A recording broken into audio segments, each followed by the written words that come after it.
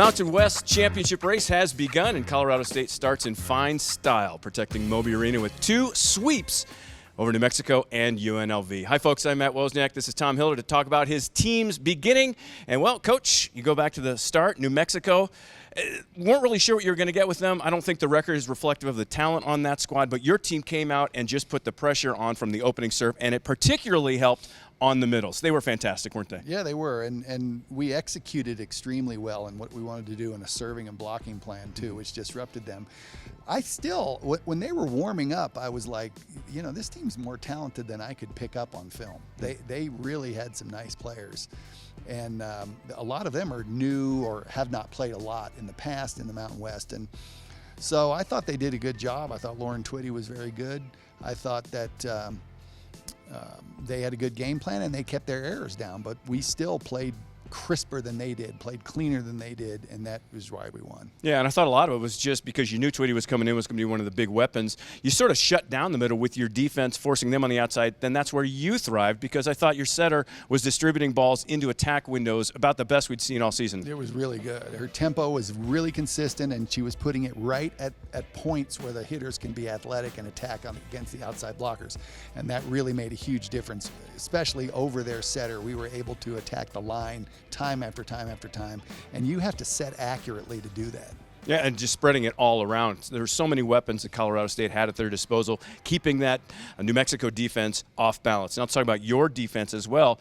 If you're forcing your opponent into some difficult shots, they're not getting good tempo on their swings, then your back row has to cover. Again, I thought that they showed improvement and were putting the ball and passing to your setter. Everything worked. It may be one of the biggest improvements of our team over the past 2 to 3 weeks is defensively. We've really gotten better, and we're making a lot more plays, and we're controlling the controllable balls and allowing us to run some really fun offense off of defensive transition. So that has been a big difference, and we did a nice job in both matches this weekend.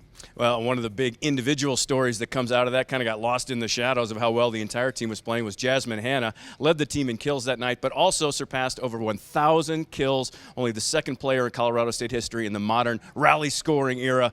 Can you explain to the folks what exactly that means? It's like I said, it seems quiet just because she seems quiet, but she has just been so good over 4 years and continues to get better. Yeah, and that's and you know, there are people with more kills who played way back when we played the old scoring format. Games were longer. I mean, there were more swings, but Jasmine's done it in this 25-point format the whole time, and she's done it because she never gets hurt. She shows up to every game. She plays consistently well, and that's really, you know, the definition of the word stalwart, right? She's constantly there for you, loyal and strong, and that's why she's got it. And she'll eclipse the all-time record by the time this season's over. Yeah, Megan Plor with 1066.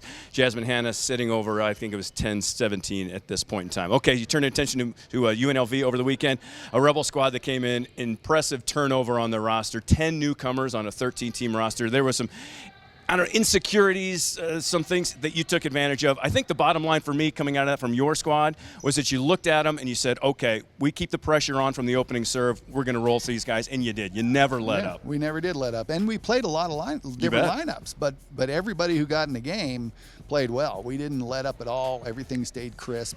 That's what you want out of a team. You know, we shouldn't care who we're playing. We should be playing tough the whole time, regardless of who's on the court, and that's what we did. Yeah, the old coaching saw play to your level, not to the level of your competition. Right, exactly. Yeah. Well, now the Rams have had a comfortable, long-time stretch here at Moby Arena, where they've only been out at one tournament out in Tallahassee.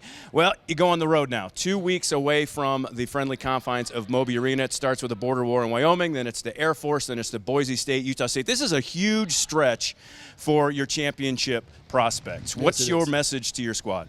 Well, embrace it. You know, we need to be good on the road. Conference championships are won on the road, and so they need to, I'm glad we're getting out. You know, we've only been out once, as you said, and we played well, but it's time to get out and start doing what we do in somebody else's gym. With all these different aspects, do you worry a little bit perhaps about going into these environments that are maybe a little bit more emotionally taxing? Because this is conference. There are going to be some very raucous environments that maybe you not be worried about. Are you worried at all about maybe some fragilities in the psyche of your team? Right now, no. But once we play them, I'll answer that question. But I thought we played well in the situations we've been in. This group of players, because it's basically the same group as last year, really didn't get rattled by those things. I thought they played well on the road. Yeah, these early road trips, you can't win a Mountain West championship on the road in the early part of the season, but you sure can't lose one. And Colorado State wants to avoid that fate on the road. Coach, good luck. Thank you very much. That said, Coach Tom Hilbert. Be sure to tune in to CSURams.com for all the recaps and tune in to the live match action presented by the Mountain West Network. See you next week, folks.